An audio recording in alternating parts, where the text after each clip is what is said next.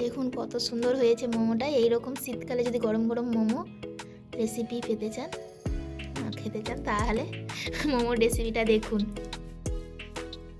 300 gram chicken নিয়েছিলাম, সেটাকে মিক্সিতে পেস্ট করে নিয়েছি।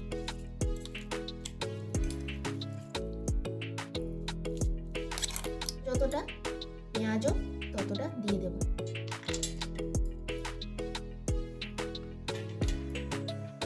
সামান্য পরিমাণে গাজর কুচিয়ে রেখেছিলাম দেব।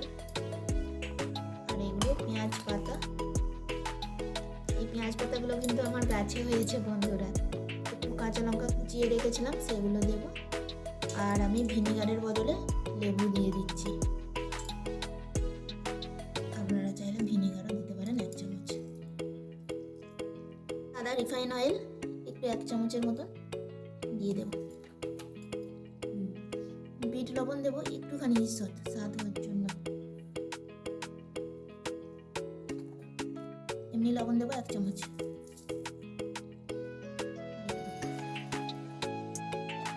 সরষে দেব 1 চামচের মতো।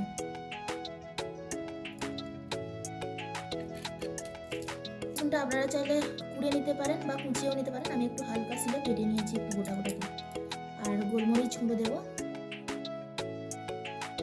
অনেকটা বেশি করে। এবার আমি এগুলোকে সব একসাথে মাখিয়ে নেব।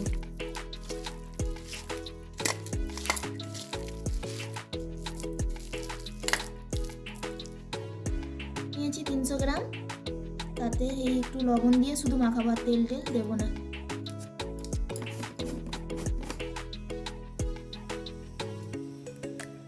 ময়দাটা আমি মাখিয়ে নিয়েছি। এইভাবে শক্ত করে একটু মাখাতে হবে, যেহেতু মোমো হবে, ভেতরে পুর থাকবে। দিয়ে কিছুক্ষণের জন্য 10 মিনিটের জন্য এটা চাপা দিয়ে রেখে দেবো। ময়দাটা ছোট ছোট করে গুলি কেটে নিয়েছি, লুচির থেকে একটু ছোট সাইজের করে দেখাচ্ছি আপনাদেরকে।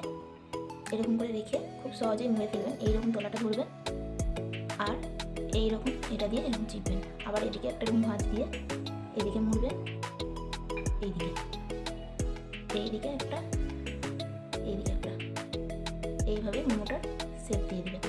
দেখুন কত সুন্দর হয়ে গেল। সবগুলোই প্রায় বানিয়ে নিয়েছি মোটামুটি। আর কয়েকটা বাকি আছে, হয়ে গেলে চাপিয়ে দেব। ছিদ্র ছিদ্র বাটি নিয়ে নেবেন।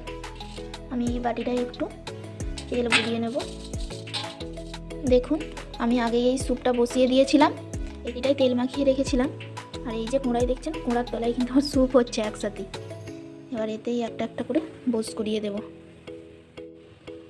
দেখুন বন্ধুরা মোমোগুলো কত সুন্দর হয়েছে, পুরো সিদ্ধ হয়ে গেছে। এবার নামিয়ে নেব।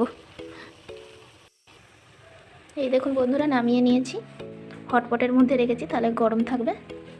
তো যখন আবার দেবেন, হালকা করে একটু ব্রাশ থাকবে, সেটা দিয়ে একটু তেলে ব্রাশ করে নেবেন, দিয়ে তারপরে দিয়ে দেবেন। এই এবার এটা আমার হবে 10 থেকে 15 মিনিট।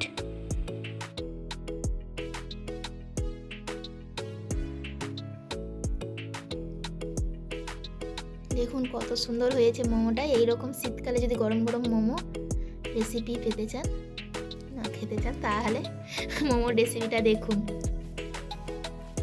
খুব ভালো হয়েছে।